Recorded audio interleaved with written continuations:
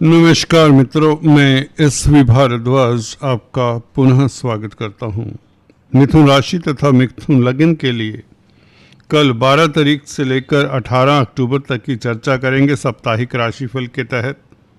इस अवधि में सूर्य का एक राशि परिवर्तन होगा। 17 तारीख को सूर्य तुला राशि में प्रवेश कर जाएंगे। मंगल और बुध के साथ युति करेंगे। आपके पंचम भाव में यह योग बनेगा। ये कितना लाभकारी होगा और इस तीन ग्रहों की युति के ऊपर गुरु का भी प्रभाव रहेगा, गुरु की पंचम दृष्टि भी रहेगी, तो ये कितनी सुखद होगी इसके ऊपर भी टिप्पणी करेंगे हल्के से। और कंप्लीट विश्लेषण नेक्स्ट वीडियो में देखिए। सूर्य के राशि परिवर्तन के बारे में हम जानकारी देंगे।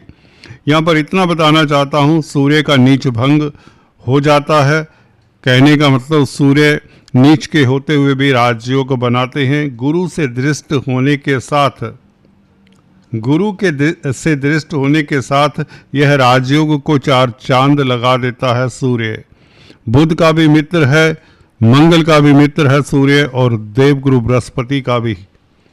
तो सूर्य को बल देने वाले ये तीन ग्रह होंगे। इन स्थितियों से नीच भंग राजयोग निर्मित होता है। इसकी चर्चा हम अलग से वीडियो में करेंगे। अभी फिलहाल हम चंद्रमा की बात करते हैं। ये राशिफल चंद्रमा के गोचर के हिसाब से होता है। दोस्तों, चंद्रमा मन का कारक होता है। चंद्रमा निर्धारित करता है आपके मन की स्थिति को। अगर आपने कोई बड़ा कार्य करना है, कोई बड़ी योजना को क्रियान्वित करना है, तो चंद्रमा की स्थिति जरूर देख लेनी चाहिए। दोस्तों, शुरुआत करें। अगर हम 12-13 तारीख को चंद्रमा गुरु के साथ शुरुआत में ही गज केसरी राजयोग बना देता है, तो इस सप्ताह की शुरुआत ही बहुत बेहतर होती है। दोस्तों, आपको बताना चाहूँगा, अगर आप पहली बार आए हैं इस चैनल पर, अंत में हम शुभ रंग, शुभ अंक, जेम स्टोन्स और उपायों इत्यादि की बात भी करते हैं, जिसे देखना सुनना मत भूलें। और कृपया अगर पहली बार आए हैं तो सब्सक्राइब करने के पश्चात बेल आइकन दबा दें। गज केसरी राजयोग 2 दिन 12 और 13 तारीख को, जो आपके धन में वृद्धि करेगा, कैरियर में कोई शुभ समाचार मिलेगा, प्रतिष्ठा स्टेटस बढ़ेगा। क्योंकि यहाँ पर गुरु आपके कर्म भाव का मालिक है, चंद्रमा आपके धन भाव का मालिक है। लगन में बैठे तो आप अच्छे वक्ता प्रवक्ता साबित होते हैं। वैसे भी गुरु आपको अच्छा एडवाइजर बनाता है। आप 12-13 तारीख को जो भी सलाह देंगे वह सर्वमान्य होगी, या यूँ कहें आपके विचारों को लोग सराहेंगे। जहाँ भी आप कार्य करते हैं, जहाँ भी उठते बैठते हैं, वहाँ आपके विचारों की कदर की जाएगी। कहने का मतलब समाज में आपकी प्रतिष्ठा बढ़ेगी।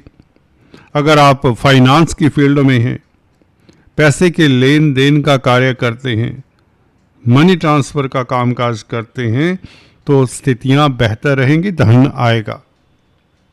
आर्थिक स्थिति बढ़ने के योग, बेहतर होने के योग, और कहीं ना कहीं स्पीच से संबंधित अगर आप कामकाज करते हैं तो आपका प्रभाव क्षेत्र तो बढ़ेगा, धन भी प्राप्त होगा। आप अच्छे ओरेटर साबित होंगे।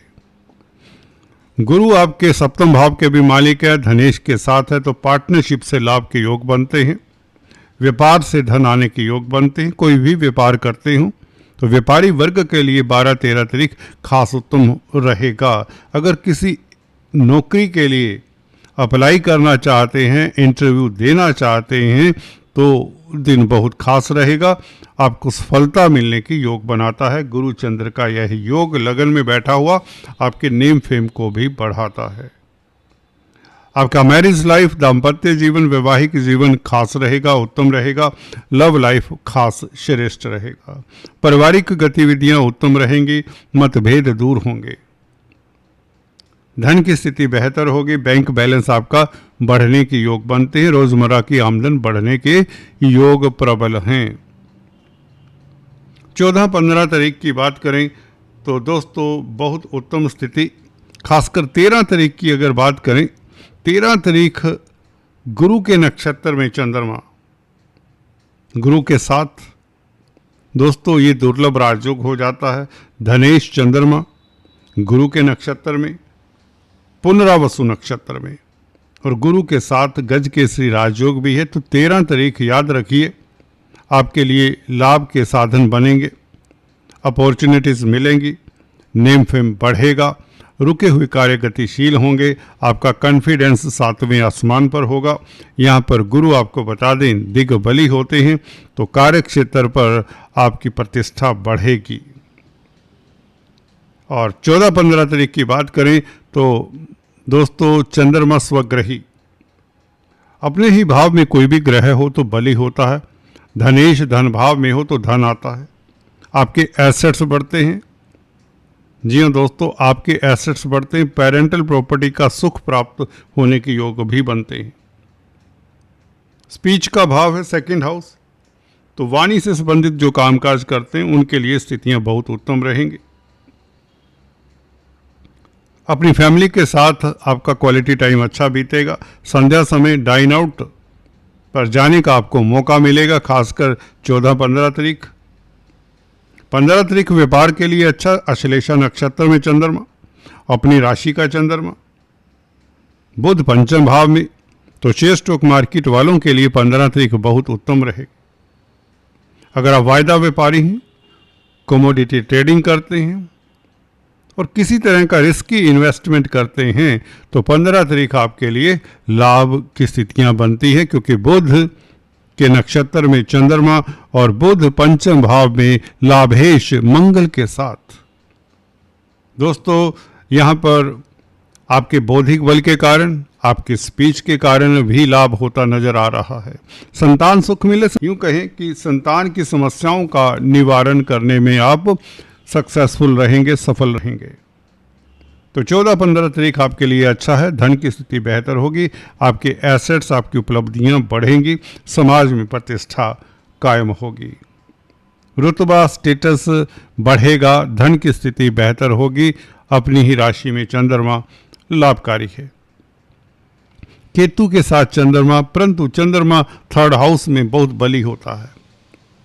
थर्ड हाउस का चंद्रमा यूं कहें जैसे कि आपको एनर्जाइज करता है। इस चंद्रमा के ऊपर कोई दुष्प्रभाव नहीं।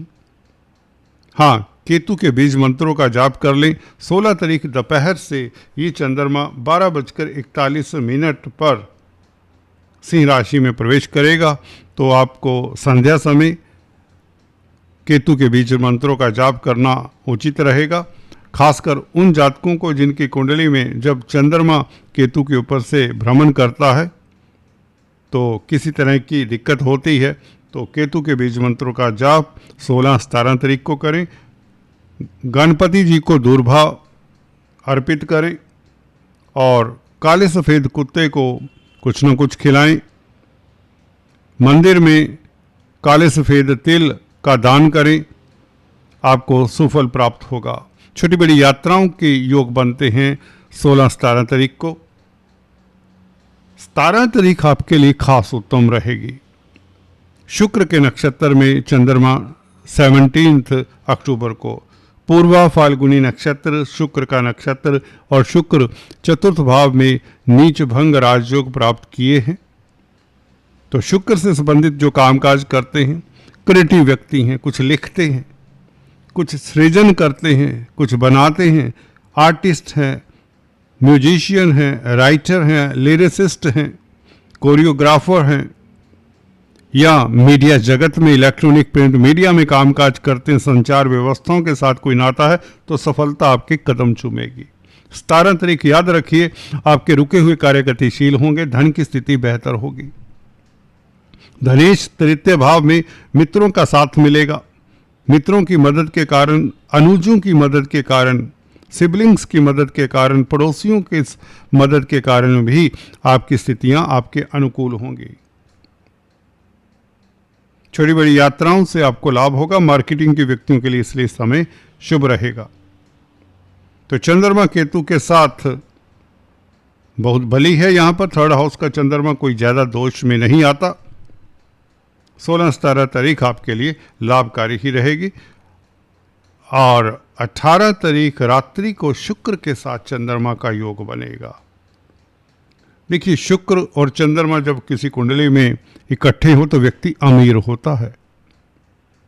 अगर D9 चार्ट में ये इकट्ठे हो तो 100% व्यक्ति अमीर होगा।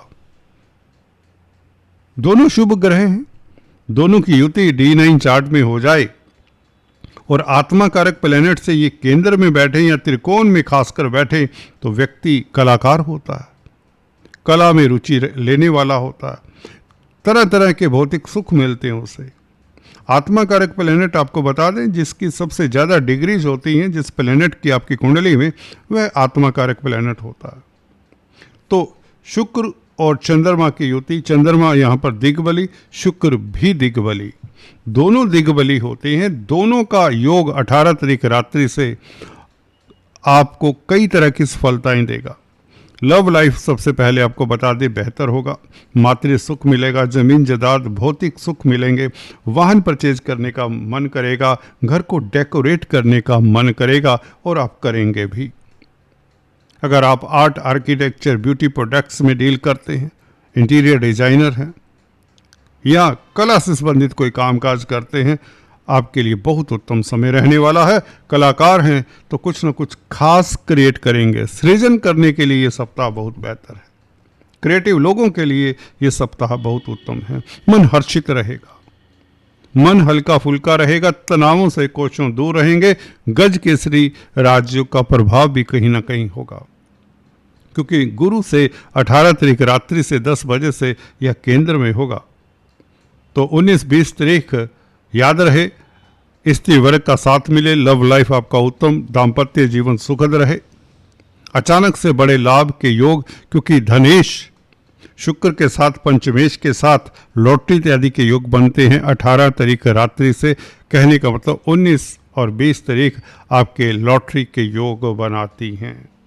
अगर आप वायदा व्यापारी हैं, कमोडिटी ट्रेडिंग करते हैं, कोई क्रिप्टो करेंसी या स्पेकुलेटिव कोई भी रिस्की इन्वेस्टमेंट करते हैं, तो 18 तारीख रात्रि 10 बजे से लेकर 20 तारीख तक याद रहे, धन आएगा, चूक ना जाए ये मौका। कभी कभार महीनों बाद इस तरह की स्थिति बनती है, क्योंकि शुक्र नीच भंग राजयोग में है और चंद्रमा धन भाव का मालिक है, शुक्र पंचमेश है, तो पंचम स्थान का सुखद फल मिलेगा, ये ऑलमोस्ट सर्टेन है। फिर भी अपनी दशा अंतरदशा जरूर देखिए, क्योंकि आपकी कुंडली का भी इंपॉर्टेंस उतना ही होता है। ये जनरल राशिफल है। तो ये था चंद्रमा का गोचर। चलते चलते lucky number, lucky colour, gemstones, उपायों की बात कर लें। दोस्तों, जेमस्टोन्स की जहाँ तक बात है, आपके लिए बनता है पन्ना, एमराल्ड, ग्रीन कलर का ट्रांसपेरेंट सा बहुत सुंदर स्टोन होता है। इसे सबसे छोटी उंगली में धारण करें, बुधवार के दिन धारण करें और हो सके तो इसे धारण कर ही लें। बस एक ही कंडीशन बताता हूं, जब बुध आपकी कुंडली में गुरु के भावों में हो तो अवॉइड करें। 9th हाउस में, 12th हाउस में जो गुरु के भाव होते हैं, 9th हाउस, 12th हाउस, क्योंकि काल पुरुष की कुंडली में यहाँ पर धनु और मीन राशि आती क्रमशः, तो इन भावों में जब बुध होता है तो पन्ना नहीं धारण करना चाहिए, ये आपको सूट नहीं करेगा। और घर में बेल वाले पौधे नहीं लगाने चाहिए जब जब बुध 9th या 12th हाउस में होता है, या बुध गुरु इकट्ठे बैठे हों किसी भी भाव में। ना ग्रीन वस्त्र धारण करें। हालांकि आपका ये बहुत लाइकेबल कलर होगा, परंतु ग्रीन वेजिटेबल्स का दान करना हितकर रहेगा, विष्णु सहस्त्र नाम का जाप करना हितकर रहेगा, गाय की सेवा करना हितकर रहेगा, पक्षियों को बाजरा डालना हितकर रहेगा और किन्नरों का आशीर्वाद लेना भी हितकर रहेगा, विडोज का आशीर्वाद लेना भी हितकर रहेगा। खासकर अगर आप वकील हैं, स्पीच से संबंधित कोई कामकाज करते हैं, वक्ता प्रवक्ता हैं, ट्रेडर्स हैं, तो ये उपाय करते रहें। आज इतना ही दोस्तों, प्लीज़ स्टे ट्यून, अपना ख्याल रखिए। Thanks for watching this video. God bless you all.